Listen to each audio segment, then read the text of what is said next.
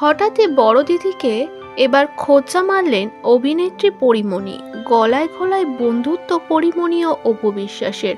অনেক ইন্টারভিউতে অপু বিশ্বাসকে বলতে শোনা যায়, পরী আমার মেজ বোন। তবে সেই বনে বনেই ঝামেলা এবার প্রকাশ্যে। বোঝা যাচ্ছিল পরীমণি ও অপু বিশ্বাসের মধ্যে একটি কথা কাটাকাটি হয়েছে। অপু বিশ্বাস ও পরীমণির সম্পর্ক যে ভালো না, সেটা নিয়ে একটি ইন্টারভিউতে মুখ খুলেছিল অভিনেত্রী পরীমণি। অপুকে প্রশ্ন করতে চেয়েছিল, আদেও ভালোবাসে তো অপু আমায়? অপু বিশ্বাস, কি প্রশ্ন করতে চাই, মানে তুমি আসলেই আমাকে কতটুকু ভালোবাসো, মানে ঠিকঠাক করে বলো। ভালোটা কি আসলে বাসো, কতটুকু বাসো? তবে এবার প্রকাশ্যেই ঝামেলা। স্ট্যাটাস দিয়ে সকলকে বুঝিয়ে দিল যে অপুকে কতটা ঘৃণা করে পরীমণি।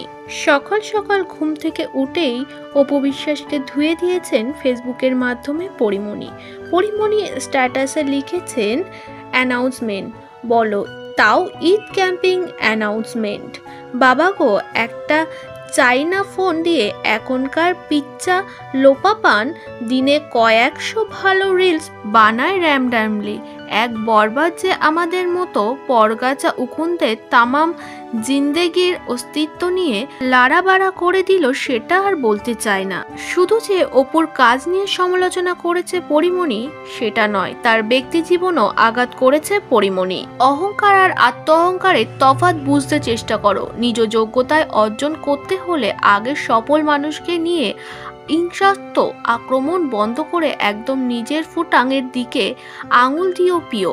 পৃথিবীতে অনেক বদনাম ঘুচে যায় একটা নামী নামের জন্য, কিন্তু বদনামী লোক নামী মানুষের নামে আসে না। তবে পরীর আক্রমণে চুপ থাকেনি বড় বোন অপু বিশ্বাস, সেও কথা বলেছে একটি ইন্টারভিউতে। ব্যাপারটা এমন হয়ে গেছে যে মানে সামনে গেলেও একটা লাথি, পেছনে গেলেও লাথি, ডানে গেলেও একটা ঘুষা, বায়ে গেলেও একটা ঘুষা। তুমি হাঁটবা কি? দেখতে যাকে ভালো লাগে না তার চলন বেঁকা। তাদের আবির্ভাবটা কেন আমার মাঝে? আমার সংসার, এভরিথিং, সবকিছু।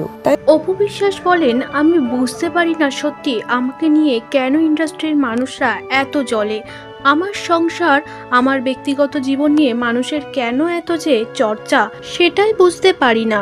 আমি যাদেরকে নিজের করে রাখি তারাই বেঈমান হয়ে যায় পরবর্তীতে।